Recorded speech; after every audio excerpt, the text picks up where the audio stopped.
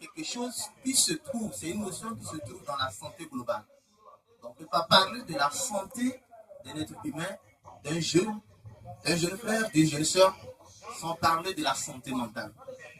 La preuve, vous allez voir quelqu'un qui ne va pas bien physiquement. On fait des bilans, on ne trouve rien au laboratoire. La personne te dit qu'elle a des maux de tête. La personne te dit que ça ne va pas. Donc c'est de ça qu'il s'agit. Alors vous allez voir que la plupart du temps, ou bien dans la vie courante, il y a des hauts et des bas. Tu peux avoir un état émotionnel un peu haut ou un peu bas. Donc quand il y a un mal-être qui s'installe, on ne va pas tout de suite courir pour dire, ah, la personne là, c'est un malade mental. Bien, cette soeur là, elle est malade mentale. Non. Ça peut arriver dans la vie où tu te réveilles mal, tu te sens un peu déprimé. C'est normal. Mais ici, quand on parle de santé mentale, c'est quelque chose qui va s'afficher d'abord sous forme de stress. Vous allez voir que quelqu'un qui est stressé ne va plus avoir le sommeil. Il y aura le trouble du sommeil qu'on appelle insomnie. La personne ne va plus pouvoir manger comme il faut. On peut mettre un plat, le plat que tu aimes. Tu prends la cuillère, tu n'arrives pas à avaler. C'est de ça qu'il s'agit. Vous allez voir que cette personne-là sera déconcentrée. Une déconcentration totale. Tu l'appelles, la personne a voyagé. Il faut aller jusqu'à toucher la personne pour que la personne revienne en elle-même. Ce sont des manifestations. Et cela peut aboutir jusqu'à l'anxiété, l'angoisse et même des sauts d'humeur. Vous allez voir quelqu'un qui se réveille, les enfants n'ont rien fait, c'est bien frapper les enfants. Parce que son état émotionnel n'est pas au point. Donc pour cette première partie, c'est ce que nous pouvons retenir par définition et par description sur la notion de santé mentale. Merci. Selon ce qu'il vient de dire, c'est cette capacité à ce que ce jeune a de développer ses talents. Et lorsque cette capacité est atteinte, le jeune ne peut plus développer ses talents. Ok, merci beaucoup. Et nous allons passer la parole au deuxième invité, qui est le conseiller professionnel et qui va nous définir, qui va nous donner quels sont les premiers signes indiquant qu'un adolescent peut souffrir des troubles émotionnels et avoir besoin de soutien. Selon vous, quels sont... Et bonsoir, chers assemblés. À cette question, d'abord, nous savons ce qu'on appelle la santé physique. Et lorsque tu as des maux de ventre, ça peut apporter des vomissements.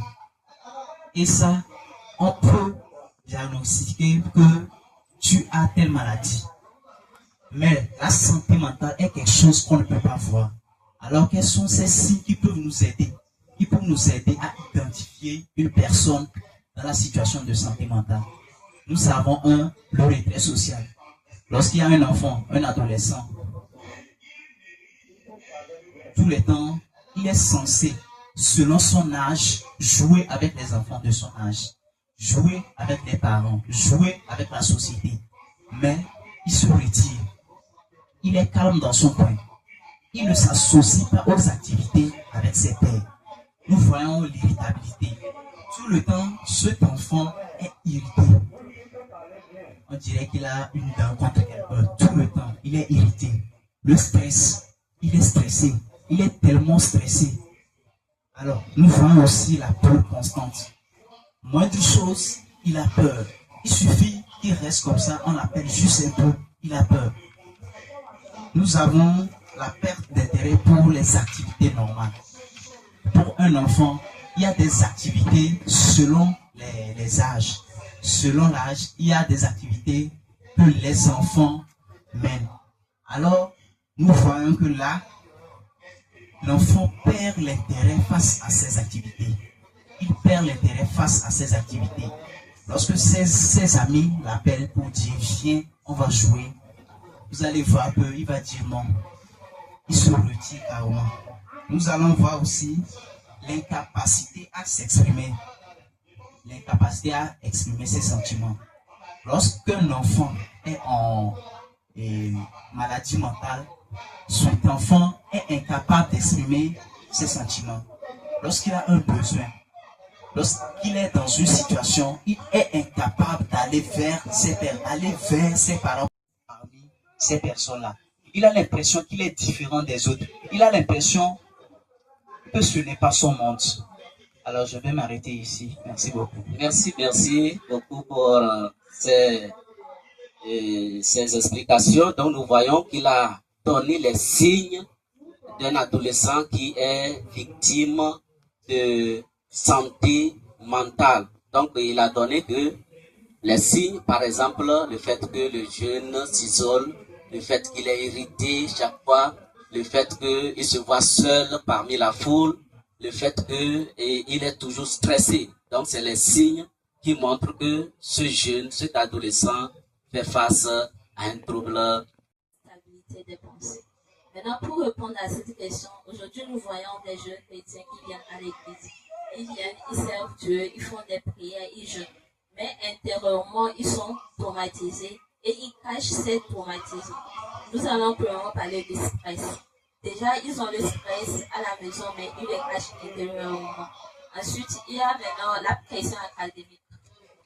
Presque tout le monde ici sont des élèves. Donc, pour aller à l'école, toi avec tes amis, il y a la concurrence, juste pour réussir. Donc, il y a cette pression qui t'inflige déjà. Donc, ça agit aussi sur la santé mentale. Ensuite, il y a le vouloir d'impressionner nos parents. Tout le monde a le vouloir d'impressionner son parent. Donc, je veux faire plus, je veux toujours faire plus. Je veux toujours faire plus et plus encore pour impressionner mes parents. Donc, en faisant cela, on a aussi la pression. Cette pression aussi agit sur la santé mentale. À l'église, on vient à l'église.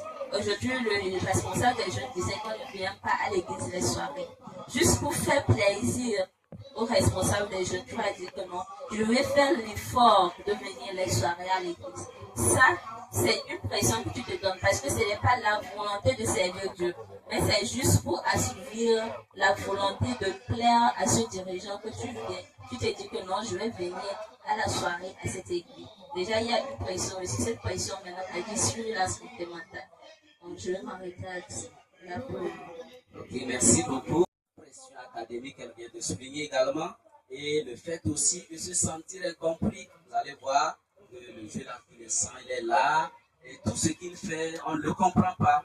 On dit que non, ce jeune, comment il agit ainsi? Ah, mais il faut l'interroger pour savoir pourquoi il agit ainsi. Donc, c'est très important. Alors, merci beaucoup. Nous allons encore passer à la quatrième personne qui devait répondre à certaines questions, qui est le coordinateur de la jeunesse, mais comme il n'est pas là, alors je vais me tourner vers mon médecin qui va... Nous avons tendance à voir une spiritualisation des phénomènes de stress et des problèmes mentaux des jeunes dans l'église. Quand on voit un jeune qui traverse des moments difficiles, on ne cherche pas à le comprendre, on ne cherche pas à s'approcher, on dit non, il n'est pas zélé. Si c'est lui là, il faut le laisser là-bas, il n'est pas zélé. On ne le voit pas au programme, on ne le voit pas dans les activités. Et pourtant, on n'est pas allé à la source pour comprendre la racine du problème. Qu'est-ce qu'il endure à la maison, à l'école. Mais le dirigeant qui est là, dans les quatre coins de l'église, puisque c'est là qu'il se rencontre le dimanche seul, tu n'as pas été avec la personne pendant les 6 jours de la semaine, tu croises la personne le dimanche et tu te mets à juger sur un comportement. Donc du coup, il va falloir que les dirigeants de l'église ou l'église en général puissent accompagner ces jeunes, écouter ces jeunes. Le jeune adolescent a besoin d'être écouté. Il a besoin d'être écouté et d'être compris. Donc on peut l'accompagner d'abord par l'écoute. Le fait d'abord de l'appeler, le faire asseoir, lui dire, mon jeune, qu'est-ce qui ne va pas? J'ai constaté que ça tourne mal. C'est comme si tu n'es pas content, c'est comme si tu es stressé. Pour au moins avoir, voilà, la version des faits du jeune en réalité. Donc, on peut l'accompagner après l'écoute, prier pour la personne, leur octroyer des conseils. Pourquoi pas l'amener chez un psychologue? C'est pas anti-biblique. On ne peut pas dire que non, le fait d'aller voir un psychologue, c'est anti-biblique. Non. Toutes ces personnes qui ont étudié, c'est pour la gloire de Dieu. S'ils peuvent servir à la santé mentale, pourquoi ne pas aller bénéficier de leurs conseils? Vous allez voir un exemple dans la Bible. Moïse était là, il souffrait avec le peuple. Mais Jéthro, qui n'était pas Israël, dans Israël, Jéthro qui était un sacrificateur de Madian, un païen, a donné un conseil sage à Moïse. Il dit, cherche des gens et il faut répartir les tâches. Et c'est ce qu'on a vu. Donc on peut utiliser les performances des autres personnes qui ne sont pas dans l'église, des médecins, des psychologues, pour accompagner ces jeunes-là, s'il faut. Donc c'est ce que je peux dire. Les psychologues, c'est pas anti-foi.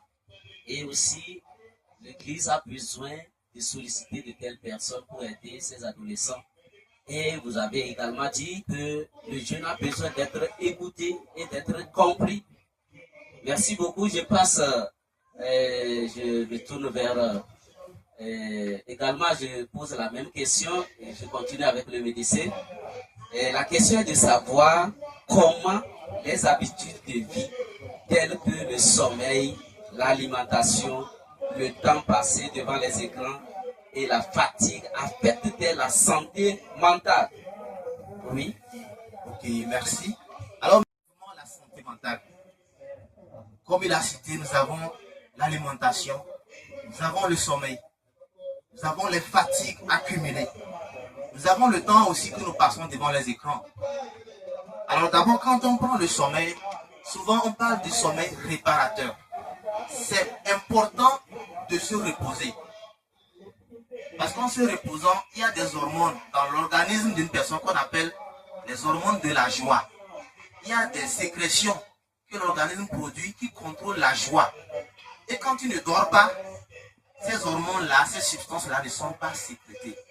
Et quand tu dors, ton cerveau se réinitialise.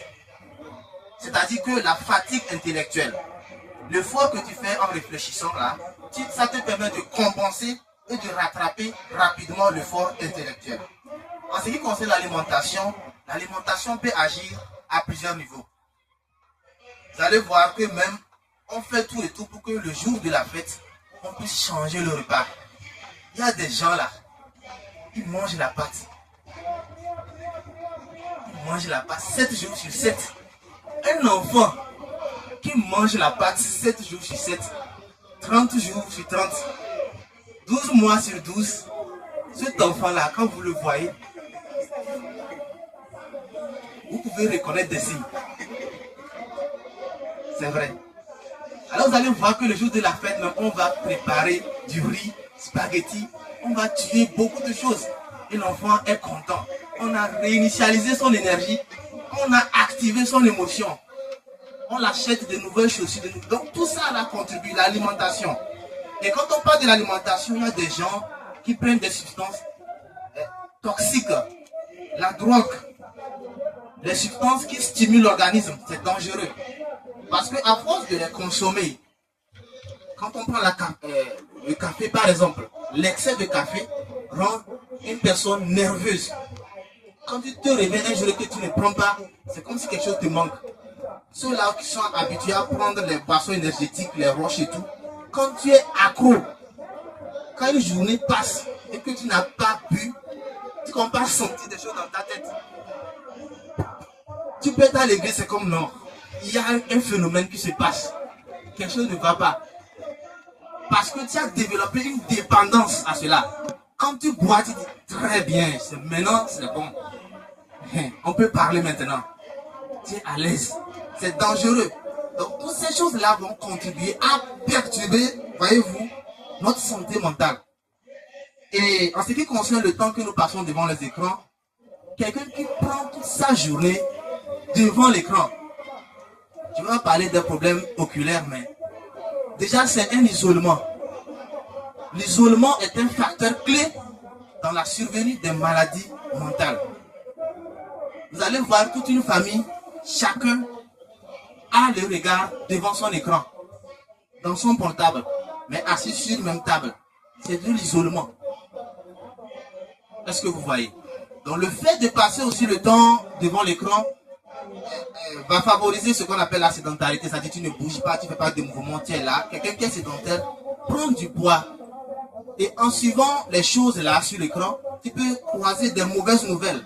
Les mauvaises nouvelles peuvent te choquer, peuvent activer ce qu'on appelle l'inquiétude, le doute sur le lendemain. Tu apprends l'information, on dit, cette année on ne va pas payer les tranches au campus. Tu te dis, mais attention, Parce que tu as fait un programme sur ça. Donc tu es déjà inquiet. Tu es exposé. Quand tu es là, toujours devant l'écran, tu es exposé. Vous voyez? Et les fatigues accumulées ne pourront pas te permettre de récupérer. Vous voyez, quelqu'un qui est fatigué ne réfléchit pas beaucoup. Il peut faire facilement d'erreurs, des troubles de l'émotion. Donc c'est ce que je peux dire. Merci beaucoup. Merci, cher. Souvent, les familles dans lesquelles les parents transforment le foyer en un ring. Tous les jours, des box. Souvent, vous voyez que l'enfant, face à cela, pleure tout le temps. Mais il pleure après, il se calme. Il se calme, le danger n'est pas là. On ne cherche pas à vérifier, mais l'acte qu'on a posé, est-ce que ça a eu des conséquences sur la santé mentale de l'enfant? La famille, les frères et sœurs ne s'entendent pas. Et l'enfant vit au sein de cette famille. Comme le dit un auteur, l'homme n'est bon, l'homme n'est naturellement bon, c'est la société qui le corrompt. L'enfant naît, et c'est dans la famille qu'il vit, qu'il acquiert des comportements, qu'il adopte des comportements. Et ça, on ne réfléchit pas. On ne réfléchit pas à voir quelles sont les conséquences de ce que nous faisons sur nos enfants. Nous voyons la douleur lorsqu'un enfant perd un être cher. D'habitude, dans nos milieux, lorsqu'un enfant perd un être cher, surtout chez nous, je peux dire en Afrique, après 2-3 jours de deuil, chacun se replie dans son coin. On lui dit non, c'est la vie, Dieu a donné, Dieu a repris. Or, sous d'autres cieux, lorsque cela se passe ainsi, on va consulter les psychologues pour voir l'impact de ce deuil-là sur la santé de l'enfant. Nous voyons la confiance brisée. Lorsque l'enfant vit dans une famille, et une fois il te fait confiance, il te raconte, tu es son ami. Le jour où tu décides, ou le jour où tes actes l'amènent à se sentir humilié, à se sentir mal, il perdra confiance en toi et il va se retirer. On peut appeler ça l'isolement familial. Il va se retirer. Tout le temps, lorsqu'on prépare, lui, peut-être tout le monde est à table, mais lui ne veut pas rester à table. Il prend son plat, il va rester dans un coin quelque part. Il faut chercher à comprendre qu'est-ce qui se passe. La peur de parler. L'enfant a peur de parler à cause de ses problèmes de famille avec les frères et sœurs, le deuil. L'enfant a peur de parler et on ne l'approche pas pour comprendre, on ne l'approche pas pour voir dans quelle mesure on peut aider cet enfant. Merci. Merci beaucoup. Le jeune se replie. Vous allez voir qu'il n'a plus confiance à ses parents à qui il pouvait dire tout ce qu'il a comme défi. Et il a parlé également que l'enfant ou l'adolescent a la peur de parler. Et vous allez voir que c'est un abus. Et lorsque l'enfant subit un abus, vous allez voir qu'il serait un introverti. Il n'aura pas à avoir la confiance à une personne pour lui dire ce qu'il ressent. Merci beaucoup, cher invité. Nous allons nous tourner vers la responsable de la jeunesse chrétienne. Et je m'en vais vous poser la question de savoir quelle pression les adolescents subissent-ils spécifiquement au sein de la communauté religieuse, selon vous? 1 Thessaloniciens 5, le verset 23. Il est écrit que tout votre être, l'esprit, l'âme et le corps soient conservés irrépréhensibles. L'esprit faisant référence à la relation entre l'humain et Dieu. Maintenant, le corps faisant référence au physique et l'âme faisant référence aux émotions, à la volonté et à la pensée.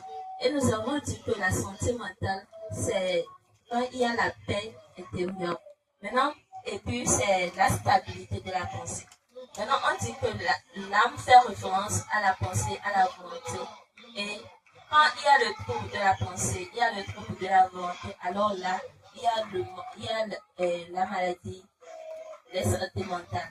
Donc, pour parler des pressions que nous jeunes aujourd'hui nous avons au sein de l'Église, vraiment nous avons cette aptitude souvent de faire, d'avoir cette impression d'être un enfant spirituel. C'est-à-dire que tu es toujours dans le péché. Il y en a beaucoup ici qui sont toujours dans les péchés, qui ont des péchés cachés. Mais pour impressionner, tu fais semblant d'être quelqu'un qui est sain d'attitude et tout ça, là, qui croit vraiment à Dieu. Et tu te présentes ici, présent, tu es assis. Donc cette pression que tu as à tout moment de faire impression devant les autres, d'être un chrétien, pour toi tu ne l'es pas. C'est déjà une pression maintenant qui agit sur la santé mentale. Donc lorsqu'on parle des pressions que nous subissons ici jeunes, au sein des jeunes, nous parlons de cette habitude souvent de faire impression devant les gens, d'avoir l'air très spirituel et tout ça là. Ensuite nous avons cette habitude de cacher nos problèmes. Souvent, quand tu as un problème, tu ne fais pas face à ce problème. Mais tu fais semblant, tu te consacres maintenant, tu te retournes à tout. Tu dis que non, Dieu fera tout. Tu oublies tout le problème. Maintenant, tu te tournes vers les activités de l'église. Et tu ne penses pas, alors qu'on a dit que l'esprit fait référence à la relation avec Dieu. Mais il faut aussi entretenir là. Donc, lorsque tu as des problèmes, en passer par la volonté et tout ça, il faut se tourner vers ces problèmes et essayer de les résoudre. Mais lorsque tu les laisses catégoriquement et tu te retournes vers les activités de l'église pour juste les oublier, il y a cette pression qui va te rattraper tout ça et maintenant ça arrive jusqu'à ce que tu manques. Donc, je vais m'arrêter là. Bien, Lorsqu'un enfant pêche, lorsqu'un adolescent pêche, il s'égare du droit chemin. Aujourd'hui, nos dirigeants ont l'habitude de le traiter de tous les mots de pécheur. On va lui dire non, ce que tu as fait, tu iras en enfer.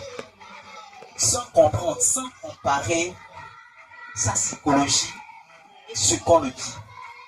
Est-ce que ce qu'on lui dit aura des impacts sur lui? Si nous faisons un constat ensemble, la plupart du temps aujourd'hui, lorsqu'on discipline un jeune, rares sont ceux-là qui reviennent après. Quelle est la raison? Pourquoi cela? Rares sont ceux-là qui reviennent après. Parce qu'ils pensent que on ne les a pas corrigés, mais plutôt on les a jugés. Les dirigeants aujourd'hui tiennent des propos, disons, des propos qui ne sont pas adaptés aux jeunes chrétiens. Lorsqu'il y a une activité et il y a des jeunes, peut-être quelqu'un va proposer un jour, dit, prenez ce frère pour tel travail. Un dirigeant va dire, qui? Celui-ci, il ne pourra pas, c'est un pécheur. Et ça, avec ça, le jeune en question, pour les prochaines fois, ne pourra plus se donner pour l'œuvre de Dieu. Parce qu'il est stigmatisé. On l'a mis en laisse. Nous voyons aujourd'hui que les dirigeants dans nos communautés en général ne prennent pas le temps. Lorsqu'un jeune fait quelque chose, on ne prend pas le temps de le faire asseoir pour le parler, le conscientiser. Peut-être on va lui donner des avertissements, un beau jour comme ça, lors d'un culte d'ensemble avec des centaines de jeunes qui sont braqués sur lui. On dit, frère, levez-vous. Et on dit, tu es sous discipline. Le lendemain, chaise-toi une chaise derrière. Mais, on se demande, est-ce que c'est la bonne façon de s'y prendre? C'est vrai, la Bible recommande cela. Mais est-ce que c'est la vraie façon de s'y prendre? Nous allons voir aussi que le jeune aura peur de parler. Il y a des jeunes dans l'église. Parfois, lors des sondés, des études, on pose une question. C'est pas qu'il n'a pas la réponse, mais il a peur du jugement qui suivra. Et pour cela, il se tait, il est dans son coin. On ne l'utilise pas pour l'œuvre de Dieu. Merci. qui consiste cette fois-ci à donner l'opportunité à nos jeunes adolescents d'écrire sur les petits papiers ce qui les préoccupe. Vous avez des soucis, vous avez certaines choses qui vous préoccupent. Vous allez prendre des bouts de papier que vous allez écrire. Si c'est des questions, c'est de façon anonyme. Et vous allez ainsi amener ça au niveau du podium. Et nous allons voir ensemble avec certains responsables ou bien certains jeunes volontaires ce que vous avez écrit sur les bouts de papier. Alors rapidement, je vous donne 5 minutes. Vous allez écrire. Est-ce que vous avez... J'espère que cette retraite, c'est une opportunité pour chacun de nous de nous exprimer. Ou bien,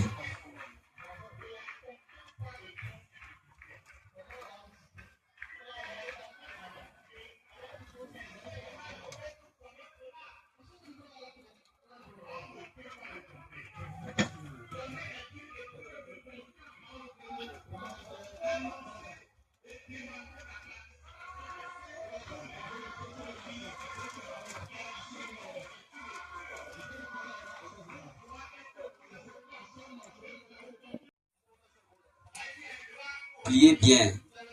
Les volontaires n'arrivent pas. Comment, à qui tu fais confiance, va vers cette personne. C'est vrai, il serait très difficile de le faire, mais va vers ces personnes. Il y a des centres sociaux, des assistants sociaux où tu peux aller exposer ton problème. Et là, ils vont te doter d'un accompagnement social et psychologique. On dit que faire, comment faire part de nos problèmes aux parents lorsqu'il y a un malentendu entre les parents et les enfants. À cette question, je vais dire que la base de toute réussite, surtout des relations, est la communication. C'est la communication. S'il y a un problème entre toi et tes parents, souvent l'orgueil fait que on ne va pas vers nos parents pour demander pardon. S'il y a un problème avec nos parents, nous allons humblement pour demander pardon. Et si le parent n'accepte pas ce pardon, il y a des sages ou des aînés qu'on peut appeler. Si on prend le cas de l'église, on ne va pas aller dans le monde. Tu peux t'approcher d'un dirigeant, d'un pasteur pour demander conseil. Et si c'est dans la famille, il y a les oncles, les tantes qui sont là. Il y a des aidants naturels, comme on le dit en sociologie, des aidants naturels. C'est-à-dire qu'ils n'ont pas besoin d'une formation pour régler ce problème.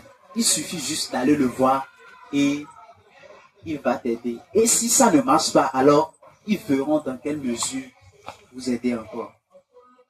On dit, le pasteur, un dimanche, ton patron t'envoie et le pasteur aussi t'envoie ce dimanche à qui obéir. Moi, je pense que les contrats, parlent de ça. Bon, ça dépend du contrat. Est-ce que dans le contrat, le travail va jusqu'au dimanche? Est-ce que dans ce contrat, le travail va jusqu'au dimanche? Ça, c'est une interrogation. Maintenant, si tu es en bonne relation avec ton dirigeant, je pense que la meilleure façon, c'est de l'expliquer. La personne a dit qu'on l'explique, mais il ne veut rien comprendre. Parfois, ça dépend de la manière dont nous expliquons les choses. Un dirigeant, un homme de Dieu, tu l'expliques et il ne va pas comprendre. Ça veut dire qu'il y a un problème.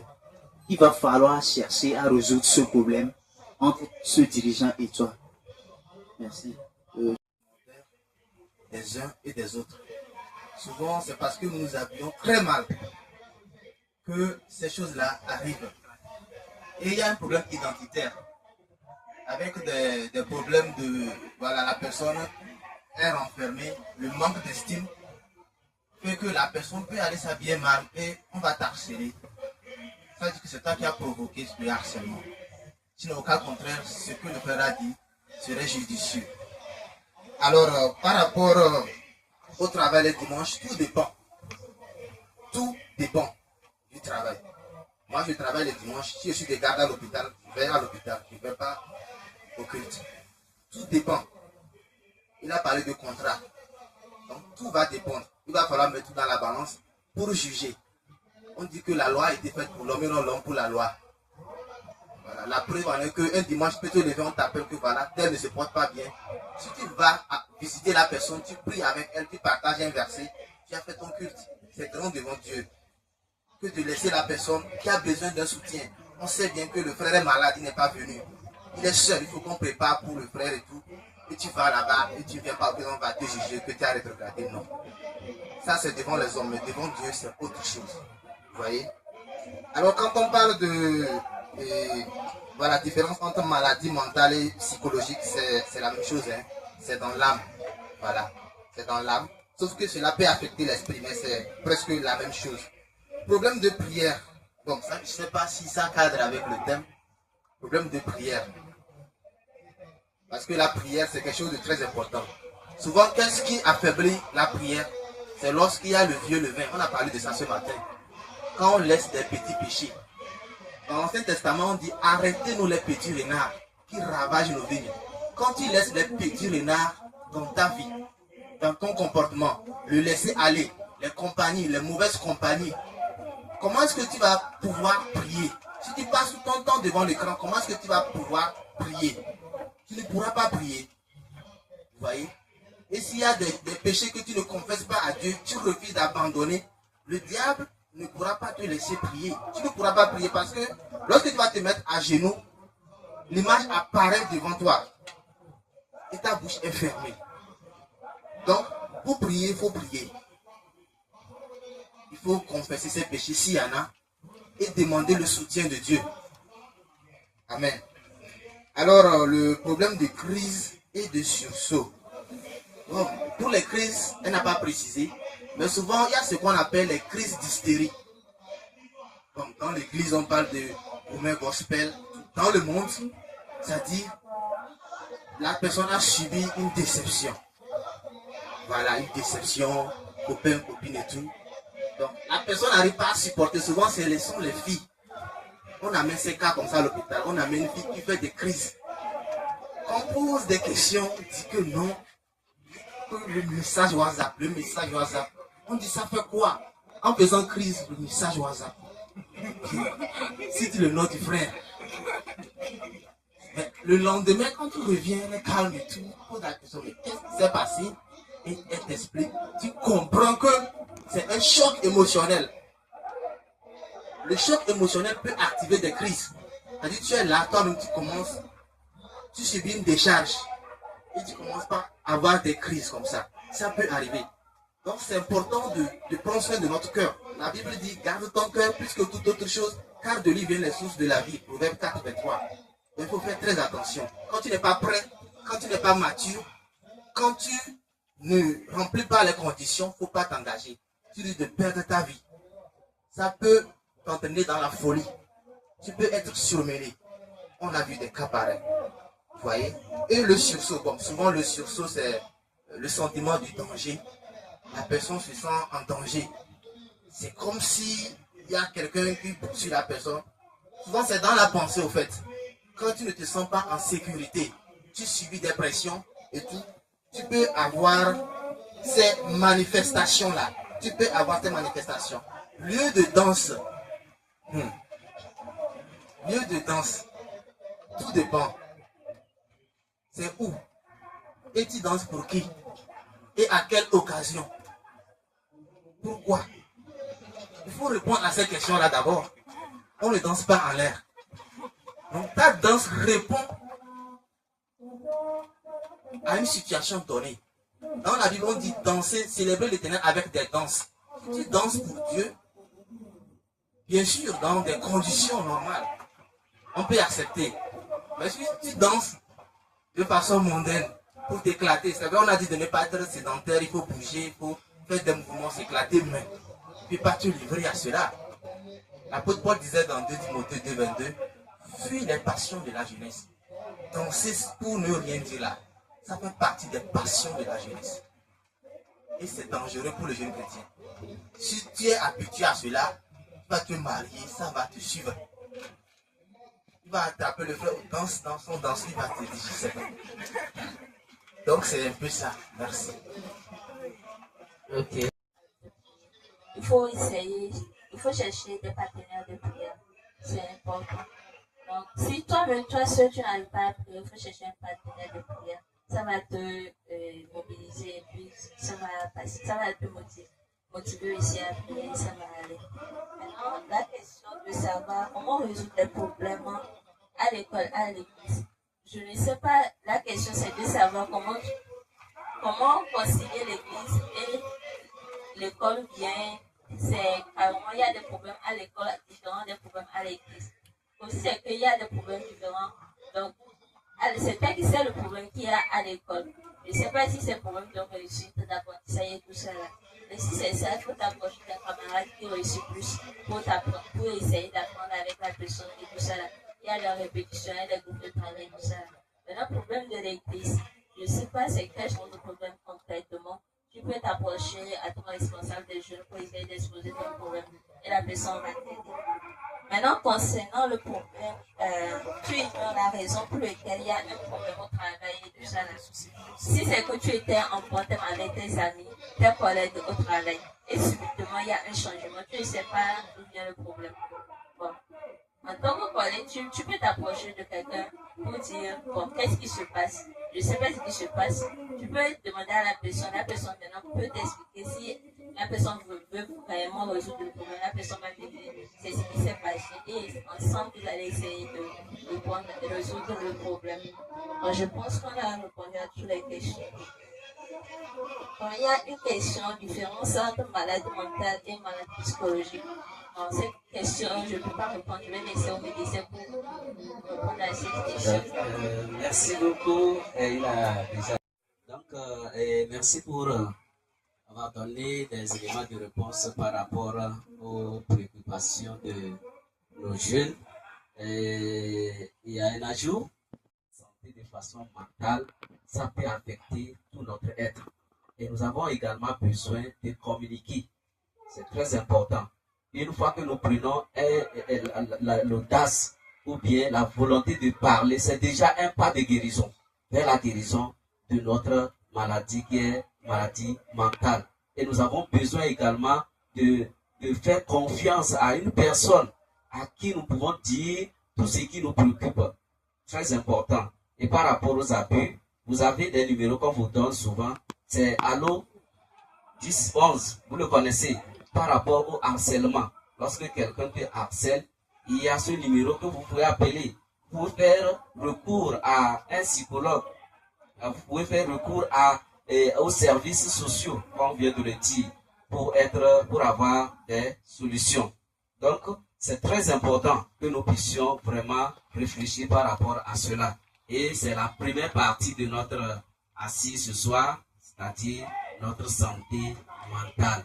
Et nous avons vu les sous-thèmes, et ces sous-thèmes nous ont permis de comprendre que, en tant que jeunes adolescents, il est très important que nous puissions parler. Parler, c'est très important.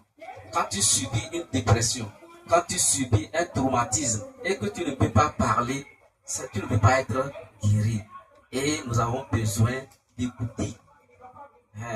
Donc, quelqu'un vient vers toi, il faut l'écouter. Il ne faut pas dire non, je n'ai pas ton temps. Non. Voyez ça. Donc, l'écoute, c'est très important. Nous devons avoir le temps d'écouter les gens qui ont des problèmes. Et toi qui as des problèmes, si tu ne peux pas exprimer ce qui te préoccupe, on ne peut pas t'écouter.